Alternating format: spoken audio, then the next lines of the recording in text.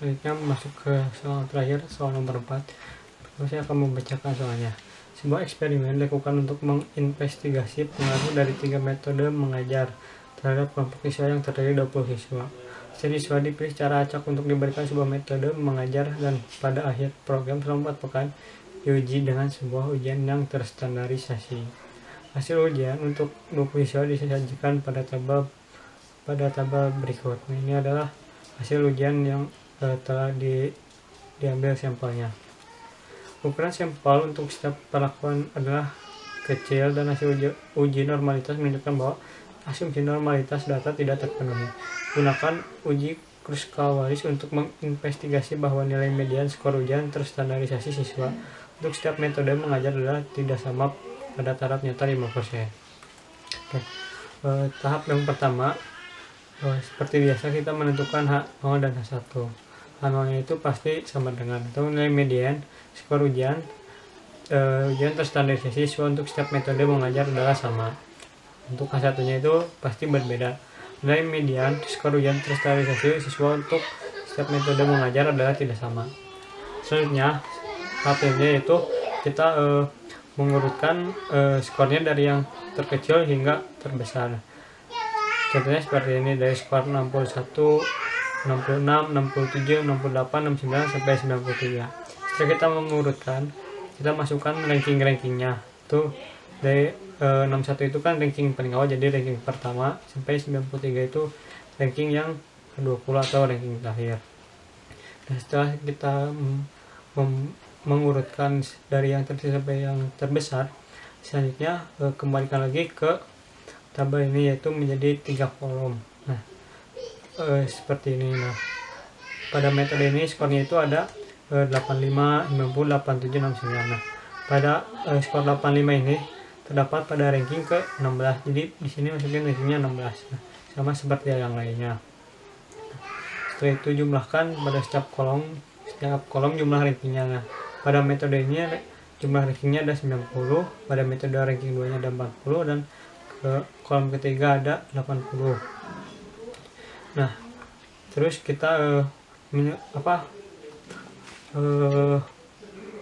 kita menjabarkan masing-masing. Nah, N1 ini datanya ada 6, N2 ada 8, N3 ada 6, R1 nya itu tadi 90, R2 nya 40, dan R3 nya 80. Nah, setelah itu kita mulai menghitung menggunakan uji H. H itu rumusnya itu 12 dibagi N.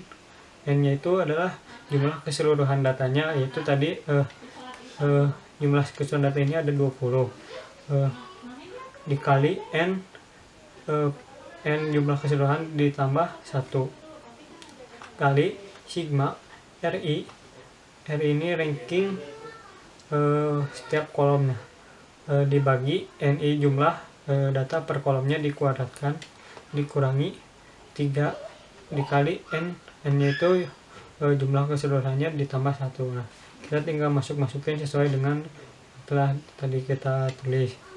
Nah, ini 12 dikali N nya itu tadi jumlahnya ada 20 dikali N jumlah keseluruhannya ada 20 ditambah 1 dikali R1. Nah, R1 itu tadi jumlah rankingnya ada 90 dibagi N1 jumlah datanya ada 6. Nah, selanjutnya sama seperti itu. Setelah dihitung ternyata hasilnya itu 11,76. Setelah itu kita menghitung daerah kritis dengan taraf nyata itu tadi 5%. Nah, untuk mengetahui tabel X kuadratnya itu kita harus ada alfa dan V nya itu rumusnya itu K dikurangi 1. K nya itu jumlah kolomnya itu ada 3 dikurangi 1 sama dengan 2. Nah, setelah itu kita tinggal mencari itu di tabelnya X kuadrat pada alfa 0,05 dan V nya 2 dan hasilnya itu 5,991. Setelah kita mengetahui daerah kritisnya, lalu kita melakukan kriteria ujinya itu yaitu tolakan 0 apabila H lebih besar dari tabel X kuadrat. Nah, maka kesimpulannya tolakan 0 karena H lebih besar dari tabel X kuadrat, atau 11,762 lebih besar dari 5,91. Maka nilai skor ujian terstandarisasi siswa untuk setiap metode mengajar adalah tidak sama. Sekian pembahasan soal dari saya. Mohon maaf bila ada kekurangan. Wassalamualaikum warahmatullahi wabarakatuh.